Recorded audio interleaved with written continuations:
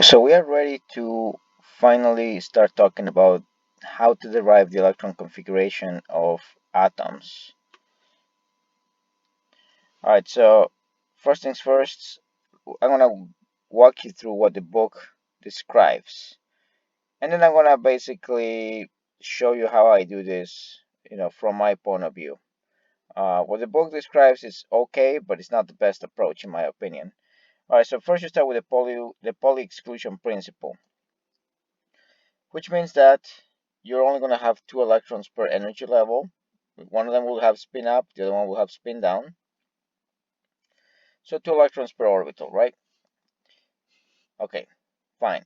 Then we have Hand's rule, which says that you're going to fill in orbitals of the same energy, one electron per box or one electron per orbital first. So for instance, let's say that you have the 3p orbitals at the second energy level.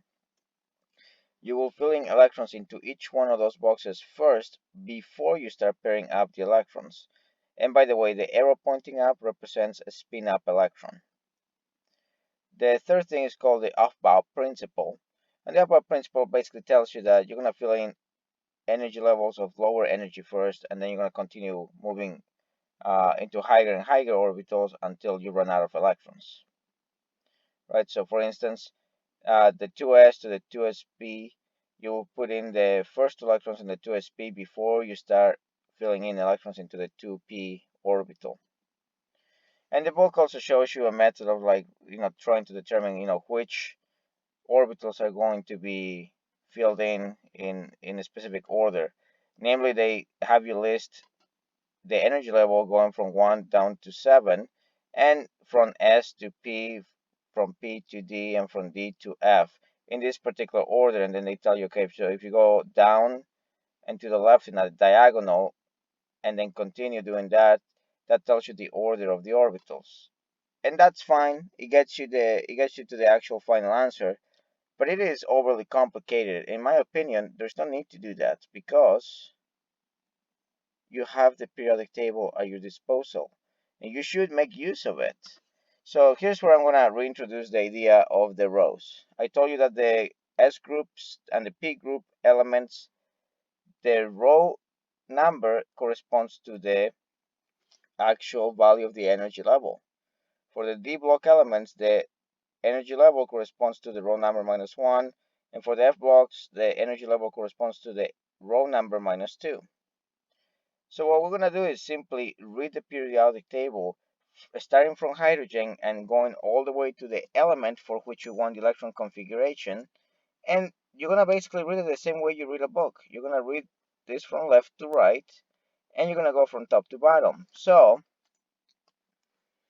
um, with that premise, and by the way, each individual cell where you have each individual element, it counts for one electron. So we're going to utilize literally the periodic table to come up with the configurations and the number of electrons allocated to each one of those orbitals. So let's start the process and see how this goes. Oh, one more thing before I forget. We're going to have the row number as the energy value, and this will be the first thing that appears in your denomination, in your notation, in fact. That's going to be followed by the value of the orbital. So if you're in the S block, the orbital is S. If you're in the D block, the orbital is D. If you're in the P block, the orbital is P. And if you're in the F block, the orbital is F. So follow number followed by letter. And then you depict how many electrons you have. All right, so we're going to start semi-simple and we're going to work our way to more complicated examples. Let's start with nitrogen.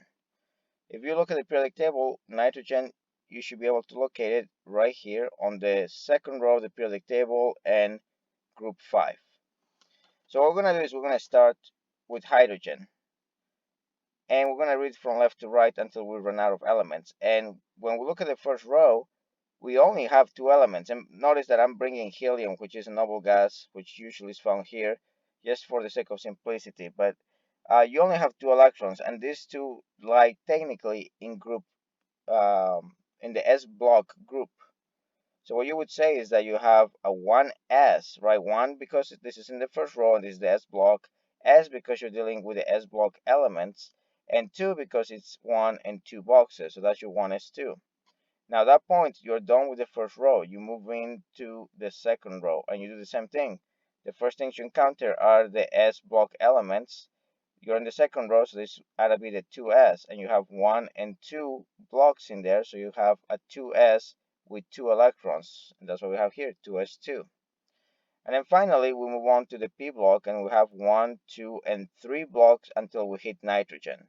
So that means that this p block, which is in the second row, tells you that you're dealing with a 2p orbital.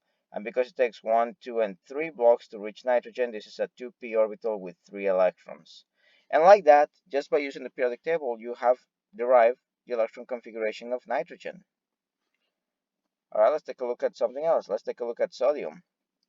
Okay, for sodium, starting from the top, we have a 1s2 followed by a 2s2, and then we have a 2p6 because there's 1, 2, 3, 4, 5, 6 elements in the p block.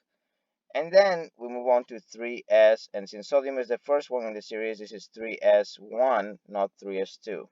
Okay, you basically only count as many electrons as you're allowed to count by reaching the element of choice or the element in question. All right, chlorine, same idea. We'll have the 1s2, the 2s2, the 2p6, and now this will be 3s2. Now notice that what follows here, yes, I have it highlighted in yellow, but those are not elements. Those are just the group numbers, so those don't count for anything. So you go from the 3s2 directly to the 3p group, and you're going all the way to chlorine. So that's 1, 2, 3, 4, 5 cells. Therefore, this must be the 3p5, and that's where you stop. Okay, let's take a look at nickel. So same idea, 1s2, 2s2, 2p6, 3s2, 3p6, and then we start with the next row. 4s2 for potassium and calcium, and then we enter the transition metals. Now to get to nickel, if you count it, you have 1, 2, 3, 4, 5, 6, 7, 8. Another way to look at it is basically the group number minus 2. That's where you're going to be in terms of the cell. So that's 8 to get to nickel. And this is the D block, so this ought to be D8.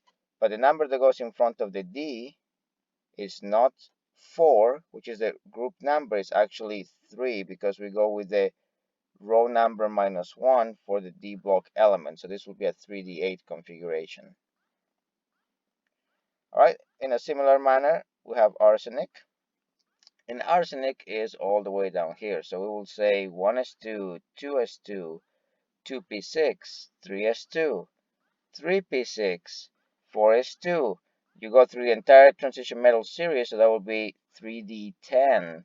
And then you have 1, 2, 3, so that will be 4p3. And notice that we're going back to the regular row number because we are dealing with the p block elements, right? So now 4p3 is what we have.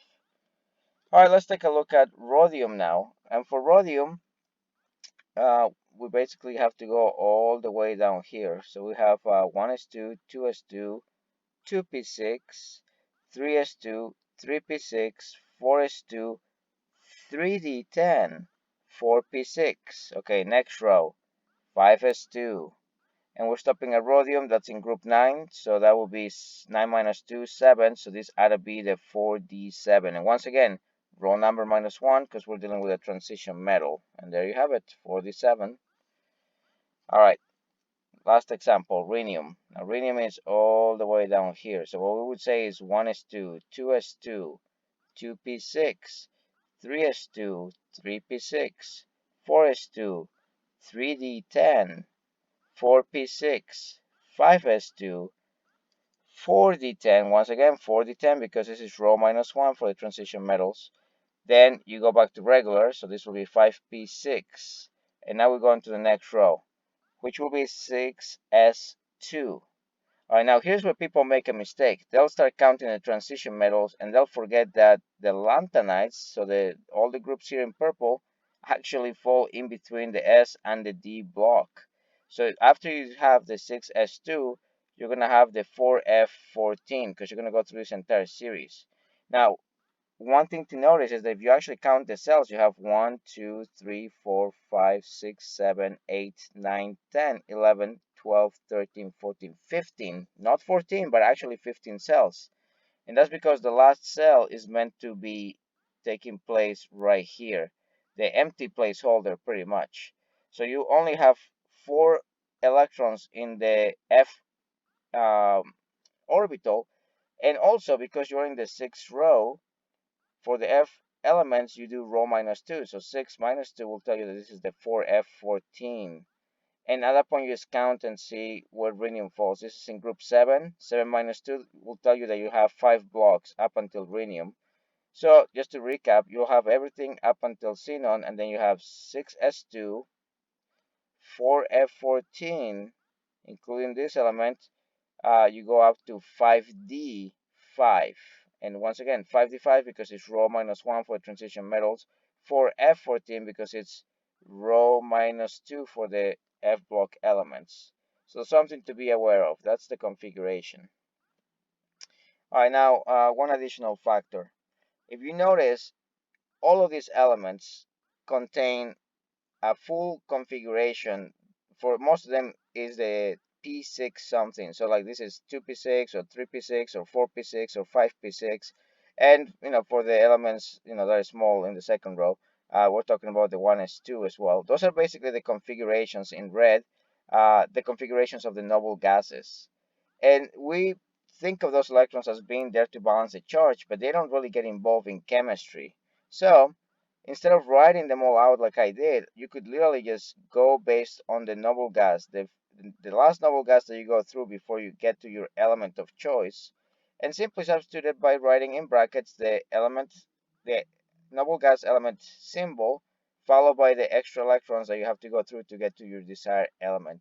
This is known as the noble gas shorthand notation. And as you can see, it makes the process of writing all the electron configurations a lot more simplistic and much more to the point.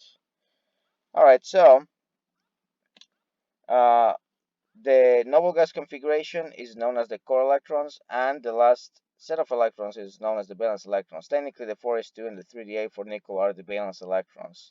The very last one is probably the more important one, but yes, anything that's not the noble gas notation is already considered the valence electrons. Alright, in the next video, I will show you how to derive the electron configuration of ions. We'll talk about the exceptions, and that will finally get us into talking about periodicity.